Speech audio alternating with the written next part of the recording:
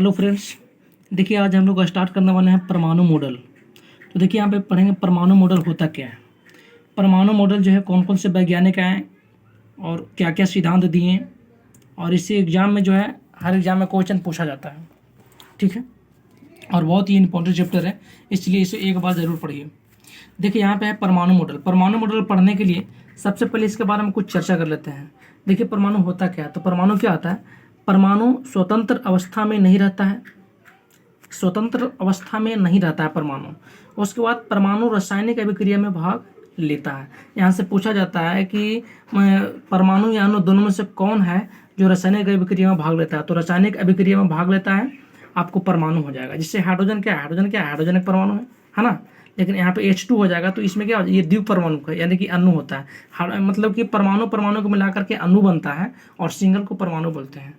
तो याद रखिएगा, यहाँ पे बोल रहा रासायनिक अभिक्रिया में भाग लेता है, तो ये भाग लेता है। जैसे हाइड्रोजन है, ये दोनों मिलेगा तब ना H2 बनेगा। रासायनिक अभिक्रिया में तो भाग लेता है, लेकिन स्वतंत्र अवस्था में नहीं रहता है। ठीक है, उसके बाद देखिए परमाणु के बारे में सबसे पहले बताने वाला वैज्ञानिक कौन थे। तो परमाणु के बारे में सबसे पहले बताने वाला वैज्ञानिक का नाम था महर्षि कणाद। ये देख रहे हैं महर्षि कणाद, ये भारत के ही थे।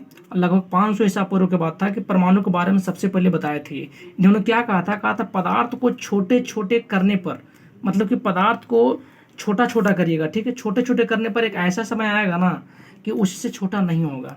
पदार्थ को छोटे छोटे करने पर एक ऐसा समय आएगा कि उससे छोटा नहीं होगा, और उसी छोटे कण को परमाणु कहते हैं। इन्होंने बोले थे, ये महर्षि कणाद जी बोले थे ये।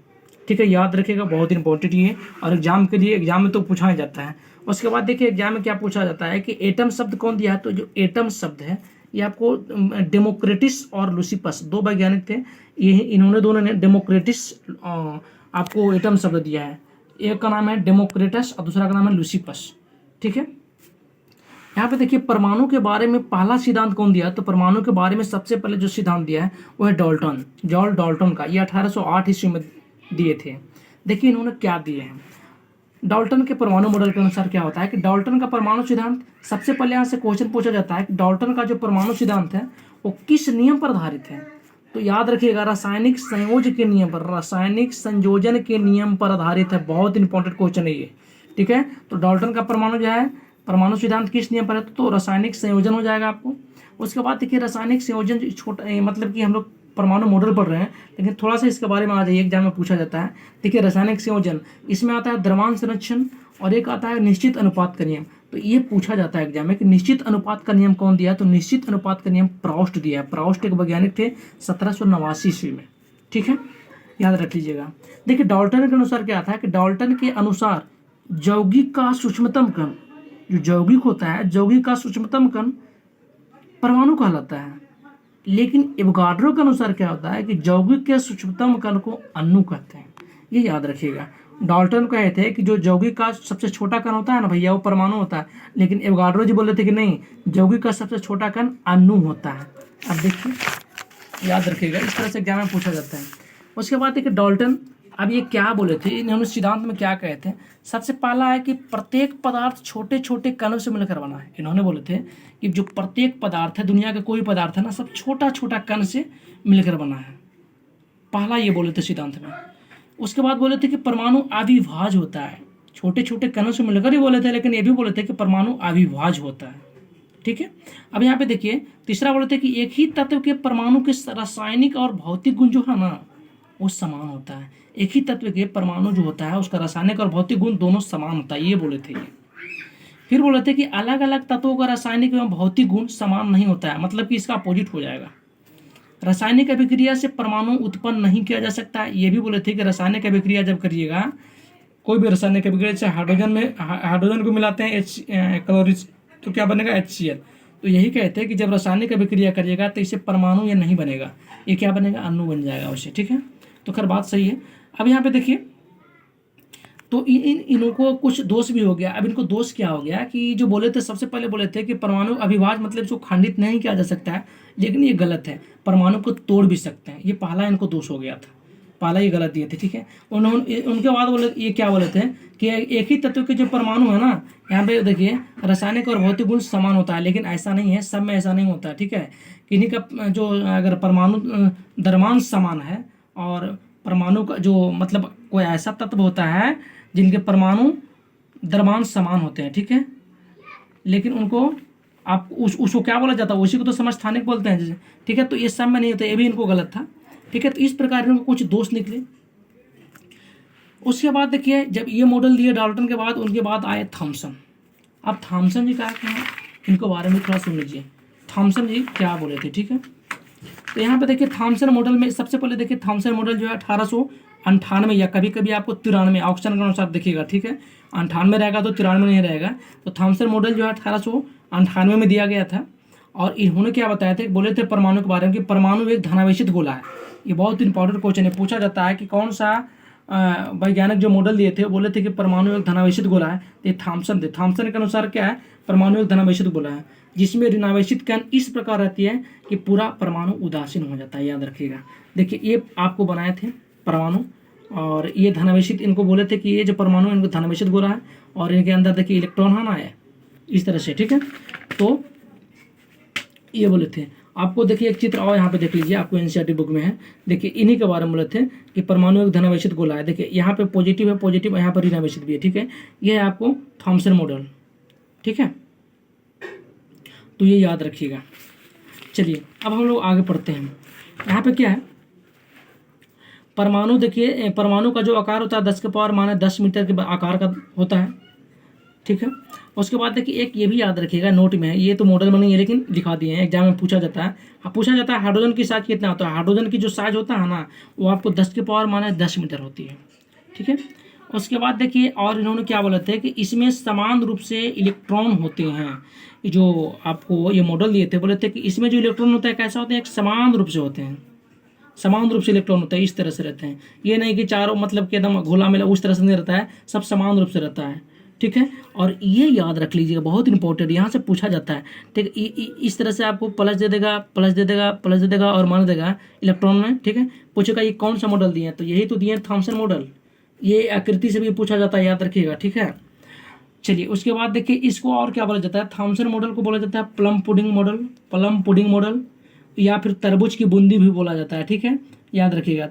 परमाणु कैसा आता है, तो परमाणु उदासीन होता है। इन्होंने ये मॉडल दिए थे और इनको भी कुछ जो है क्या निकल गया था, इनको भी कमियां निकल गई थी। कमियां क्या निकला था, इनको बारे में जरा पता करते हैं। देखिए क्या कमियां निकला था, स्पष्ट रूप से ये वर्णन नहीं किए थे कि इसमें क्या होता है क्या नहीं होता है, ठीक है, ये याद रखिएगा। अब इनको कमियां को दूर करने के लिए हमारे पास आया रदरफोर्ड। अब देखिए रदरफोर्ड क्या बोलते हैं, रदरफोर्ड आए कब, 1911 में।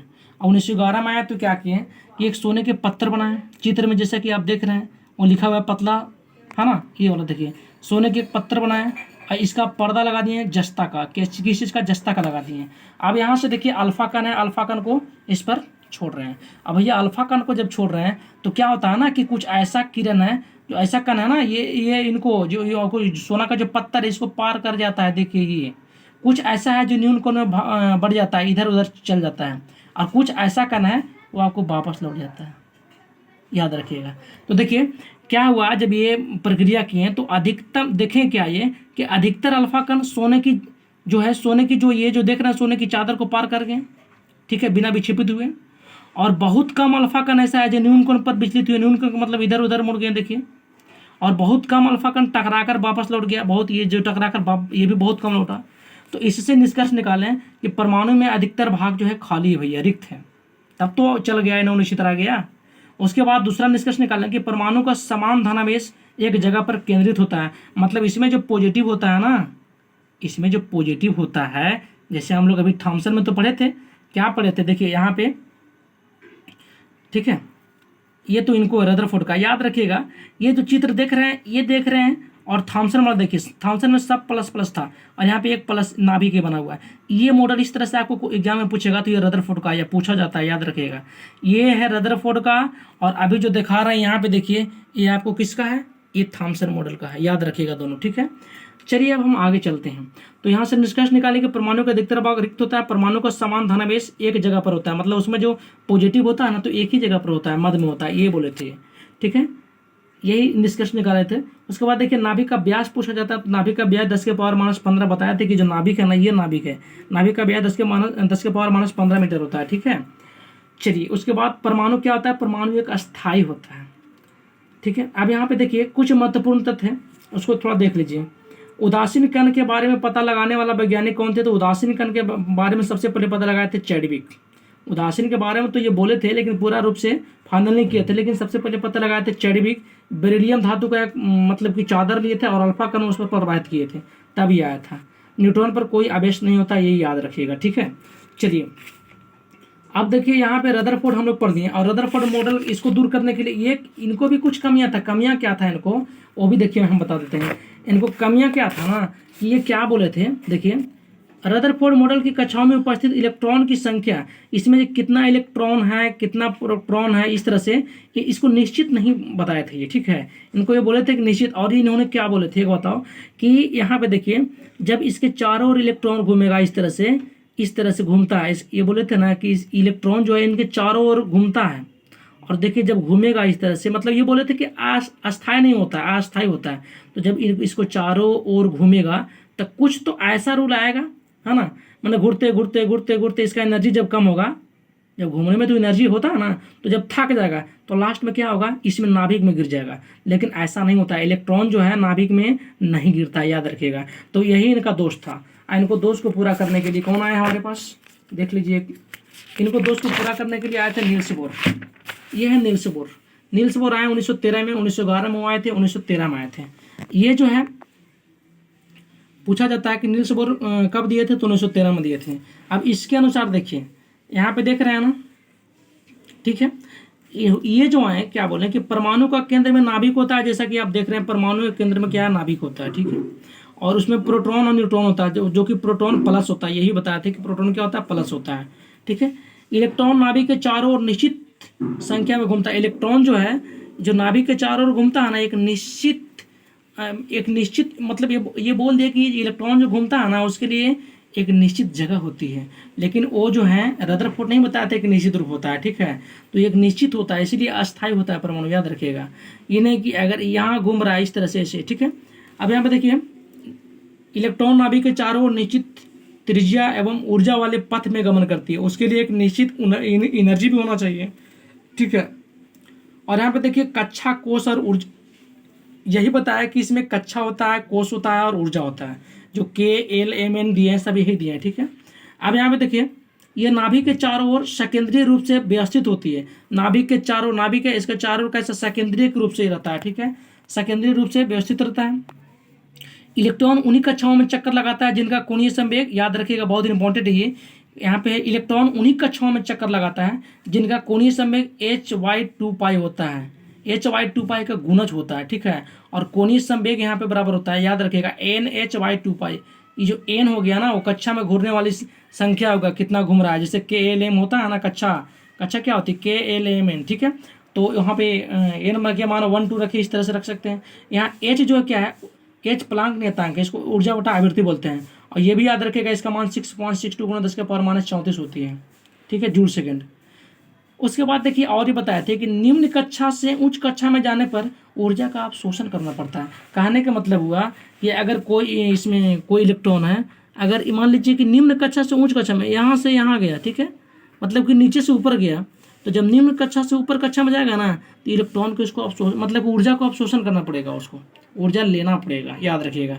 जब निम्न कक्षा से हाई लेवल में जाएगा, मतलब कि उच्च कक्षा में, तो उसको ऊर्जा का क्या करना पड़ेगा, ऊर्जा को उसको लेना पड़ेगा, अवशोषण करना पड़ेगा। कहने का मतलब उसका यही हुआ, ठीक है।